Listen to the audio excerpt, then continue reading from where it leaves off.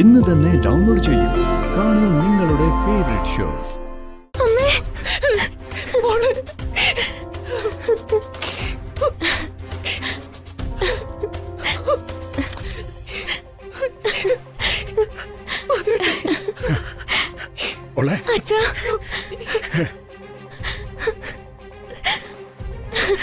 ചേച്ചി മോളെ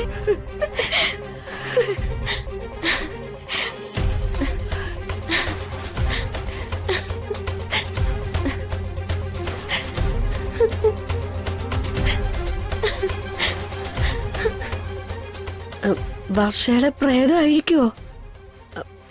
ഇവൻ ഓജോ ബോർഡ് കളിച്ച് പ്രേതത്വം കൊണ്ടാണോ വന്നിരിക്കുന്നേ? എന്റെ പൊന്നു വസന്തേച്ചി, ഇത് വർഷയുടെ പ്രേതവും ഭൂതമൊന്നും അല്ല. പിന്നെ ഒറിജിനൽ വർഷ.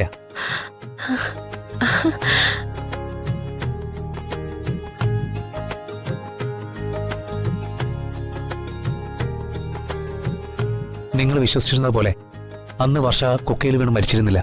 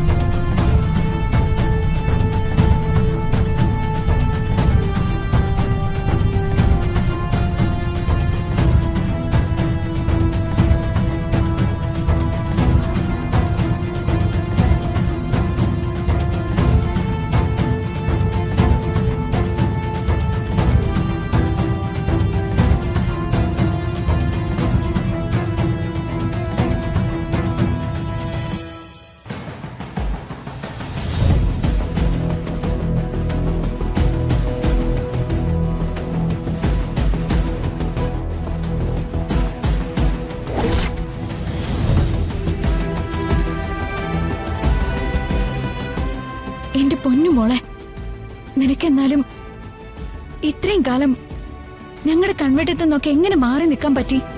വിധി എന്നെങ്കിലും ഒരിക്കലും നിങ്ങളുടെ മുമ്പിൽ വരാൻ തന്നെ ഒരുങ്ങിയതാ. പക്ഷെ അത് ഈ നല്ല ദിവസം തന്നെ ആകുമെന്ന് സ്വപ്നത്തിൽ പോലും വിചാരിച്ചില്ല.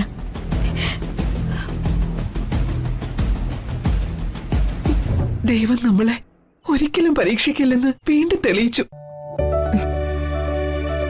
പിന്നെ ചന്ദ്രികാപ്പച്ചോടുള്ള വാശിയും വൈരാഗ്യവും ഒക്കെ മറന്ന് ഒരാളിങ്ങോട്ട് വരുന്നുണ്ട്. ആര്? എന്റെ അച്ഛൻ, കൂടെ അമ്മയും.